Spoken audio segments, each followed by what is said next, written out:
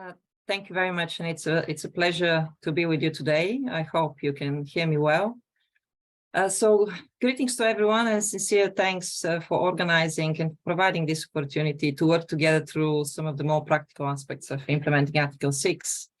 For someone like myself and my colleagues in the Secretariat who spent years working on the CDM registry and the ITL, the novelty related to the tracking arrangements for Article 6 challenge our thinking on a day-to-day basis. So we have been looking forward to this opportunity to talk more about tracking. My role today is to set the scene. So I will recall what tracking is about in Article 6 and how tracking will be enabled. I will also talk briefly about the evolution in the way parties think about tracking arrangements and what work they have set for themselves to complete this year on this topic. We can go to the next slide, please, and even skip that one. This was just the introduction. Thank you. The first thing I would like to mention is that tracking is not defined, but it is sufficiently well described in the guidance. Tracking has to do with following the ITMOs throughout their life cycle by recording the events in their life, from authorization to use, in an accounting system known as a registry. We also know what a registry will perform in terms of functions, and that these functions will utilize unique identifiers and accounts. Thanks to the progress during the conference in Sharm el-Sheikh, we now have a uniform global system for ITMO unique identifiers, which will facilitate transparency and the cross-checking of ITMO data reported to the Article 6 database. These cross-checks will enable to identify or intercept any issues of consistency in the data and flag those issues for resolution. But the consistency checks will not ensure the data is consistent. They will tell us if it is or it is not with high certainty. This point is important to underscore because the Article 6 database is not the primary tool for ensuring consistency of data. The registries are.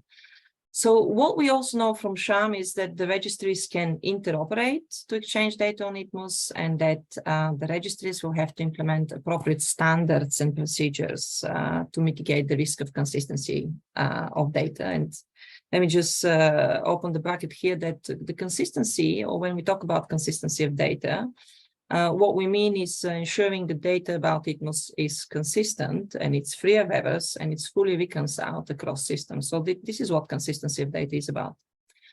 So again, the primary role for ensuring the data is consistent on ITMOs lies with the tracking arrangements or with the registries themselves. So registry functions, data consistencies, interoperability are no new concepts. The Kyoto implementation runs successfully for over 15 years, but the new elements, and I would mention the tracking of authorizations and first transfers are indeed new concepts that will call for solution. I would also mention that a registry can implement these new concepts in more than one way, authorization and first transfer, but how exactly this will be done in practice will likely be left to the procedures and design for each registry. What is worth noting is that where registries interoperate, the interoperability arrangements, the arrangements for communicating data between the registries on ITMOs, will also enable exchange of data on authorization and first transfer. So this means that the technical solution for managing authorizations and first transfer across registries is feasible. Moving on, please. Just for a moment, let me focus on the purpose of the tracking arrangements that parties will put in place and the Secretariat for the International Registries. Again, the primary purpose of tracking is the avoidance of double counting of ITMOs. The registries are also the source of generating the ITMO data necessary for corresponding adjustments that parties will apply to their indicators and their emission balances to avoid double accounting. Furthermore, the registries will provide the platform for ITMO owners to keep record of their ITMOs and to fulfill trades. and whether a registry will support the fulfillment of trades will depend on the form of tracking for ITMOS that the registry will adopt. And here we come to an important distinction, and I would like to take a moment for that. What we see here is talking about registries which will track ITMOS as tradable instruments. And we see parties talking about registries that will track ITMOS as accounting representation of underlying tradable instruments or units. So this distinction drives the separation of registries into categories: the registries that parties have access to, and the underlying cooperative approach registries.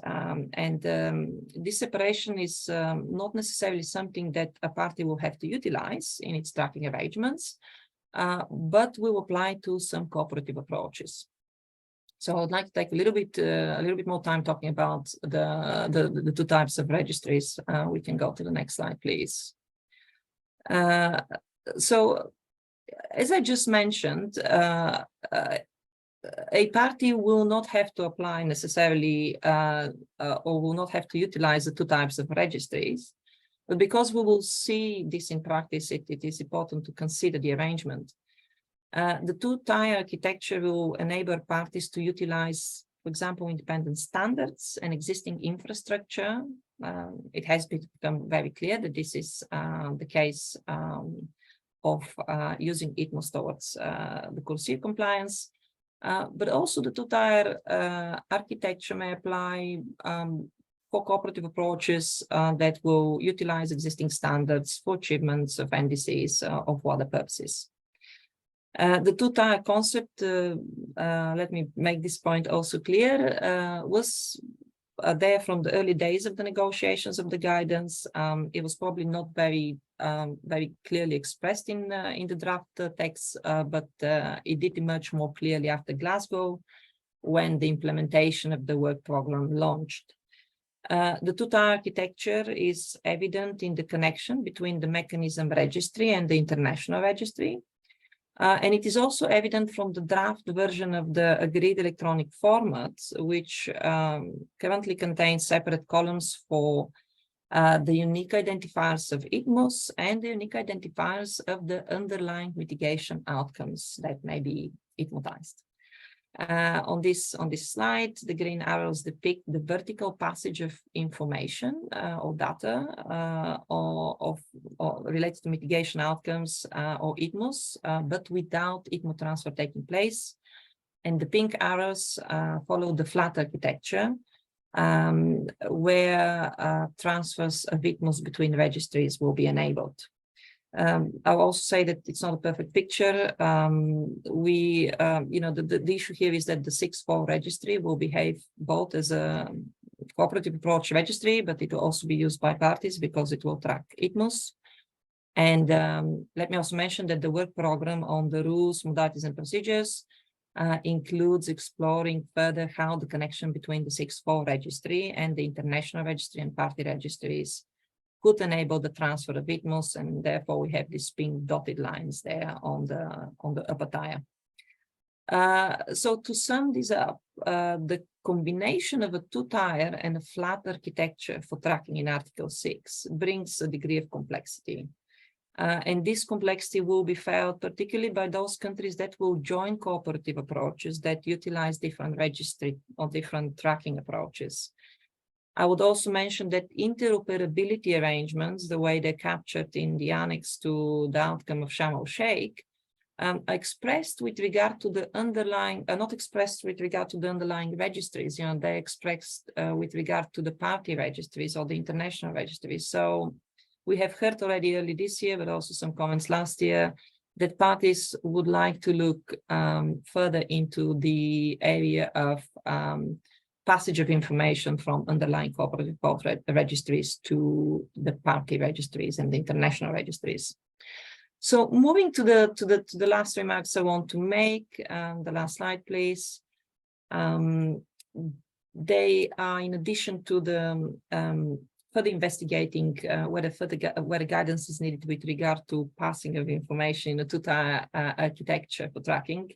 There are, of course, many other topics in relation to tracking that will be considered in the negotiations this year.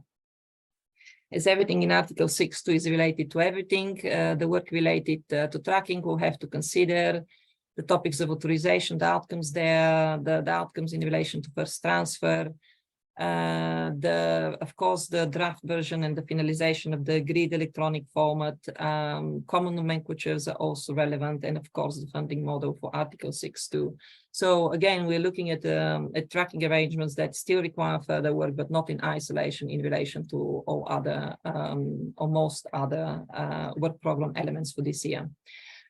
In terms of the specific items on the work program for tracking, I would highlight the business model of the international registry, which is a large one. It has to unpack many issues. I don't want to go in each and every one of them, but without clarity on those issues, the international registry would not be capable of being implemented. The work program on interoperability, as I just mentioned, is captured in relation to the RMPs for Article 6.4. It's also captured in the Article 6.2. When it comes to interoperability, or when it comes to the exchange of information on ITMOs between registries, the key question would be on the method for enabling this interoperability or enabling the connectivity between registries. And when it comes to interoperability, I just want to recall that in Sharm el-Sheikh, it appeared that the concept is advancing well, and there was probably the clearest elaboration that we had at that time was in version 2 of the text. The idea back then and still is to implement the international registries, the international registry and the 6.4 registry, with a data communication and reconciliation mechanism akin to a transaction law that will enable parties wishing to connect to the international registries to do so, but also it will be available to parties who can voluntarily use this mechanism to connect to one another without having to implement their own arrangements. So I'm also listing here the ongoing mandates to the Secretariat in relation to tracking. We are already in a full swing of developing infrastructure requirements. We will publish for comments to parties the requirements for the international registries and for the centralized accounting and reporting platform shortly before the SBSTA session. We will also hold a side event to present the requirements on the sidelines of the SBSTA. So we will hope that this opportunity, that today's opportunity and all other informal opportunities will give us the necessary feedback that will help tailor the international registry to best serve the needs of parties that will use it. So I hope that this overview provides a context. I would stop here. I would like to thank you once again and hand back to you.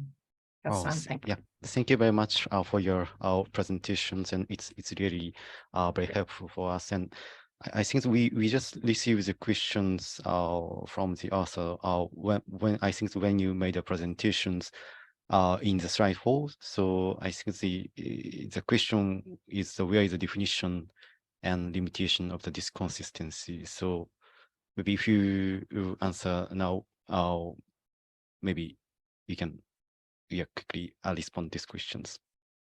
Yes, thank you. Those who are probably more familiar with Article 6 negotiations, and particularly the area of Article 6.2 guidance, definitions are not something that parties willingly resort to, and there is a reason for that. The reason is that the guidance needs to maintain a degree of flexibility and needs to accommodate for the thinking today, but also in the future. So many concepts, I'm making this a little bit longer, but many concepts are described rather than defined. So as I just mentioned, the concept of interoperability, the concept of data consistency are introduced in the guidance, but they're not defined. They are described to the best possible. So I don't think I can answer more specifically those questions, but again, the way I think we go about interpreting these concepts is to read the text and where these concepts appear, and the light of the provisions in which they appear normally provide the basis for interpretation. Thanks.